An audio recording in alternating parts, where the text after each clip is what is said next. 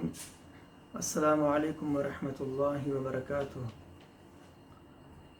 آج میں آپ کو 5 رائٹ قرآن کے بتانا چاہتا ہوں کہ قرآن کے 5 کون سے حقوق ہیں۔ سب سے پہلا حق ہے قرآن کا، قرآن کے اوپر ایمان لانا۔ تو نیچرلی الحمدللہ ہم سب مومن ہیں، قرآن کے اوپر ایمان رکھتے ہیں۔ اور دوسرا اس کا جو حق ہے قرآن کا، ایمان لانے کے بعد قرآن پاک کو صحیح پڑھنا، قرآن پاک کا تلفظ، اس کی ادائیگی، صحیح الفاظ کو ادا کرنا کہ کہیں پر اس طرح کی غلطی نہ آئے کہ جس کی وجہ سے قرآن پاک کی معنی تبدیل ہو جائے۔ اور تیسرا حق ہے کہ قرآن مجید کو ترجمے کے ساتھ پڑھنا، اس کو سمجھنا۔ چوتھا حق ہے قرآن کا، اس کے اوپر عمل کرنا۔